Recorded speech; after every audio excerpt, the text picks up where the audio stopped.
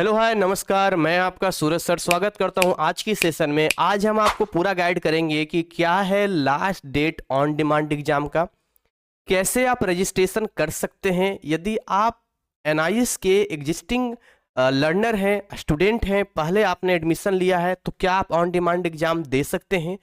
क्या on demand exam वो विद्यार्थी भी दे सकते हैं जो पब्लिक एग्जाम देने वाले हैं। और अगर आप किसी दूसरे बोर्ड से हैं तो अब आप क्या एनआईएस में ऑन डिमांड की ओर रुख कर सकते हैं, क्या आप अपने मार्क्स को इंप्रूव कर सकते हैं, 75% के क्राइटेरिया पूरा कर सकते हैं। ये तमाम बातें हम इस वीडियो में करेंगे। सीट रीबुक नहीं, पहले कोई ऑन डिमांड लास्ट मंथ में दिया तो क्या, कब तक कर सकता है, कैसे करेगा, एवरीथिंग इसमें बात करेंगे। वीडियो को आगे बढ़ने से पहले हम चाहेंगे कि भाई चैनल को सब्सक्राइब करो, क्योंकि जितना ज़्यादा सब्सक्राइबर बढ़ेगा उतना ज़्यादा हम कह सकते हैं चैनल के एल्गोरिथम में यूट्यूब में शामिल होगा और ज़्यादा से ज़्यादा विद्यार्थी इसका लाभ ले पाएंगे, क्योंकि वैसे भी 90% तो मिसगाइड ही हो रहा है ना इसमें। ठीक है, तो सही चीज़ अगर आप आगे बढ़ा पाते हैं तो इसमें हम समझते हैं कि बाकी विद्यार्थी भी इसका लाभ ले पाएंगे। डिस्क्रिप्शन में जाएंगे तो free WhatsApp and Telegram channel का हमने लिंक दिया है, हमारा ऐप भी है। अगर आपके पास 10 दिन का भी समय है, यकीन मानिए बहुत कुछ आप कर लेंगे। हमारे बहुत सारे कोर्सेज हमारे ऐप में और वेबसाइट में है, मतलब दोनों में से कोई एक ही चीज़ है। जो वेबसाइट चलाना है वेबसाइट चला लो, ऐप चलाना है ऐप चला लो।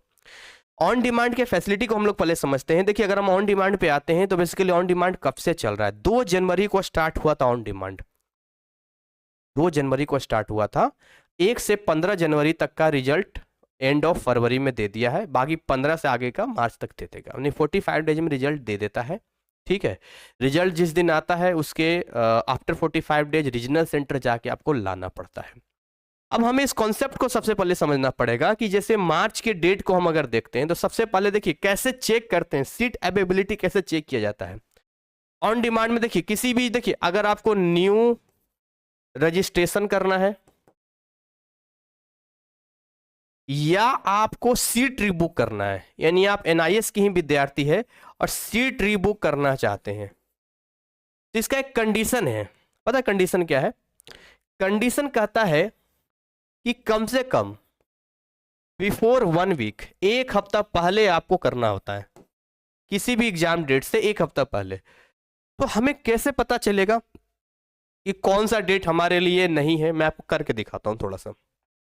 देखो बहुत सिंपल है, आप ऐसे यहां जाओ गूगल में। अब देखो मैं यहाँ सर्च करता हूँ और सर्च कर क्या लिखूंगा, देखो आपके सामने लिख रहा हूँ। मैं लिखूंगा on demand seat availability, NIS on demand seat availability. अब इस तरीके से एक आएगा एग्जाम सेंटर प्रेफरेंस, बड़ा कर दूं, दिख रहा है exam centre preference. Exam centre preference को हम लोग क्लिक करेंगे, उसके बाद कुछ इस तरीके का इंटरफेस ओपन होगा जिसमें कंट्री का नाम डालेंगे। देखो कंट्री में इंडिया है। उसके बाद जो है हम स्टेट में आ जाएंगे। अब स्टेट में लेट भी सपोज हम कोई भी स्टेट ले लेते हैं, जैसे दिल्ली ले लेते हैं, जैसे हमने दिल्ली ले लिया। डिस्ट्रिक्ट देखिए इसमें सारा न्यू दिल्ली है, नॉर्थ ईस्ट दिल्ली, चलो न्यू दिल्ली ले लेते हैं, लेट भी सपोज आपके लिए। अब देखिए यहाँ एग्जाम सेंटर पे आते हैं। अब ये हमारा एग्जाम सेंटर से कोई भी सिलेक्ट कर लो, जैसे दिल्ली एनसीआर का, जैसे नोएडा हेडक्वार्टर कहीं ले लेते हैं यहाँ पे। अब नोएडा हेडक्वार्टर के आते हैं तो इस तरीके से जितने भी ग्रीन पोर्शन आपको दिख रहा है, जो ग्रीन पोर्शन है ये आपको बताता है कि सीट खाली है। देखिए लिखा है 132 सीट। तो ये जनवरी का था, इतना सीट खाली रह गया था क्या? फरवरी, मार्च में आते हैं। अब मार्च में हमें प्लान करना है, तो अब मार्च में प्लान करना है तो जैसे आज की डेट में कितना तारीख हो गया, आज मान लो हो गया 5 तारीख। तो 5 तारीख अगर आज की डेट में कोई करेगा तो कम से कम 1 हफ्ता बाद कम से कम 12-13 तारीख से सीट बुक होगा। तो देखिए यहाँ से 12 तारीख से खाली है, 161 सीट है, 13, 14, 15 सब में खाली है। तो ऐसे करके अगर सबसे आखिरी हमारा 28 है, यानी 28 से 1 हफ्ता पहले लगभग आपको जो है 15 से 20 तारीख के बीच में कर देना पड़ेगा। आपका एक से ज्यादा एग्जाम है तो और पहले आना पड़ेगा, यानी कि आपको मतलब जितना जल्दी कर लेंगे उतना बढ़िया, लेट करने से कोई फायदा नहीं। तो ओवरऑल भी देखें तो 10 मार्च 15 मार्च एनफ है रजिस्ट्रेशन के लिए, उसके बाद तो होगा ही नहीं। एक तो बात क्लियर हो गई है आपका। चलिए ये चीज सीख लिया आपने, अब आपको और लेके आते हैं, कुछ और जानकारी देते हैं। ये कैसे करेंगे आप, क्या कुछ हिसाब किताब जाएगा? तो देखिए नॉर्मली मैं आपको बता रहा हूँ, आप हमारे टीम का सपोर्ट ले सकते हैं। जो चार्जेज होंगे मैं आपको बता दूंगा, बहुत अफोर्डेबल चार्जेज है, कोई ज़्यादा ऐसा नहीं है। वो आपके रजिस्ट्रेशन से लेकर रिजल्ट तक सपोर्ट करते हैं। तो मेरे दिए गए व्हाट्सअप नंबर 9643480201 पे कॉन्टेक्ट कर सकते हैं। फुली ट्रांसपेरेंसी है, जो पेमेंट होता है आपको आपके ईमेल आईडी पे जाता है। हम कोई ऐसी काम नहीं करते हैं जिससे कि आपका ट्रस्ट मेरे ऊपर से खत्म हो जाए। तो अब जैसे ये चीजें हो गई यहाँ पे, ये सब काम हमने कर लिया। इसके बाद कुछ और इशू हमारे सामने आता है, जैसे मान के चलिए प्रैक्टिकल को लेके आता है। प्रैक्टिकल में बड़ा कंफ्यूजन है।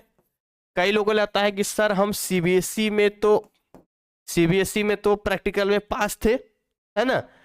कोई कहता है सर हम एनआईएस में भी प्रैक्टिकल में पास हैं, तो फिर से देना पड़ेगा क्या? जी हाँ, ऑन डिमांड एग्जाम का एक माइनस पॉइंट कहिए या डिसएडवांटेज कहिए कि जितनी बार आप ऑन डिमांड देंगे उतनी बार आपको थ्योरी के साथ में प्रैक्टिकल देना पड़ेगा।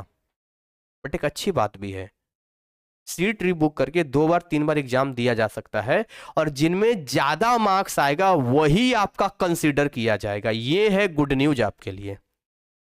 अब हम बात करते हैं कि ऑन डिमांड एग्जाम कितने सब्जेक्ट तक दे सकते हैं।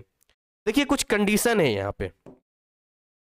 अगर आप 12th पास हैं तो आप अप टू 4 सब्जेक्ट तक ही केवल एग्जाम दे सकते हैं। कितने? अप टू 4, 4 सब्जेक्ट तक दे सकते हैं। और ये एलिजिबल है जेई के लिए, ये एलिजिबल है नीट के लिए, ये एलिजिबल है पायलट के लिए, जो भी आपका है नेवी के लिए, जिसका भी आपको सबके लिए एलिजिबल है। यानी आपको प्रीवियस मार्कशीट के साथ में ये जो 4 सब्जेक्ट का रिजल्ट होगा वो आपको देना पड़ेगा, दिखाना पड़ेगा, फुल्ली एक्सेप्टेबल है। इन केस मान लेते हैं, लेट बी सपोज मान लेते हैं कि जी आप 12th फेल हैं, ऐसे कंडीशन में 1 या फिर 1 या 2 की बहुत सारे लोग फिजिकल एजुकेशन ट्रांसफर नहीं होता है, तो 1 या 2 सब्जेक्ट आप टीओसी करवा सकते हैं, मतलब ट्रांसफर करा सकते हैं। टीओसी मतलब ट्रांसफर। इसके लिए रिक्वायर्ड होगा, कंपलसरी होगा आपका ओरिजिनल हार्ड कॉपी मार्कशीट का। मैं पहले बता देता हूं, लेट करेंगे ये विदिन 10 डेज देना होता है, भेजना होता है नोएडा हेडक्वार्टर। अगर इससे ऊपर करेंगे तो 550 रुपये पर सब्जेक्ट आपका फाइन लगेगा, बाद में करवाएंगे तो। ठीक है, अब इसके में क्या होगा, 2 सब्जेक्ट, 1 सब्जेक्ट ट्रांसफर हो गया, रिमेनिंग सब्जेक्ट 3 या 4 सब्जेक्ट का एग्जाम होगा। यहां पर इसका आपका क्या होगा, एग्जाम होगा। ये पूरा हिसाब किताब है। जो साल बचाना चाहते हैं तो मार्च में दे दीजिए, काम हो जाएगा आपका। और मैंने कहा कि यदि आप मान के चलिए अप्रैल में एग्जाम देने वाले हैं, आईएएस का स्टूडेंट है, तब भी ऑन डिमांड एग्जाम देंगे, जिनमें ज्यादा रिजल्ट होगा वो आपको मिल जाएगा। आपका इवन पूरा, अगर आप पब्लिक एग्जाम के विद्यार्थी हैं और अगर आपका टीएमए का मार्क्स मिला हुआ है, तो एक गुड न्यूज आपके लिए ये रहेगा कि ये टीएमए वाला मार्क्स ऑन डिमांड में भी अपडेट हो जाता है। सबके लिए नहीं, वो पुराने वाले का है। एक इसमें यह है कि अगर ऑन डिमांड एग्जाम इस महीने आप देते हैं, किसी वजह से रिजल्ट खराब आता है, तो फिर आप जून जुलाई वाला भी दे सकते हैं। बट ऑन डिमांड वाला केवल ऑन डिमांड देगा, फिर वो पब्लिक एग्जाम नहीं दे सकता है। इस बात का ध्यान रखना पड़ेगा आपको, ठीक है। और मार्च वाले का रिजल्ट कब आएगा, तो मई में रिजल्ट आ जाएगा, जुलाई में आपका हार्ड कॉपी आ जाएगा। हालांकि मई में ही 10-15 दिन में डिजी लॉकर पे आ जाता है, जिससे कि आप जोसा काउंसलिंग या बाकी जगह पे अप्लाई कर सकते हैं। तो क्या कुछ रहा आज का इन्फॉर्मेशन, हमें अपना फीडबैक कमेंट सेक्शन में दे सकते हैं। बाकी हम इसी तरीके से कंटेंट लाते रहते हैं। अगेन कहेंगे, हजार बाजार के चक्कर में मत पड़ो। आपके पास 1 हफ्ता 10 दिन का भी समय है, आप हमारे फ्री काउंसलिंग का लाभ ले सकते हो। हमारे ऐप में कोर्सेज को पढ़ सकते हो। जो सब्जेक्ट मेरे पास नहीं है, मैं पर्सनल गाइड करूंगा पढ़ना कैसे है, बट हमारा अल्टीमेट टारगेट ये है कि आप अच्छे नंबर से पास करो। So thank you so much, wish you all the best.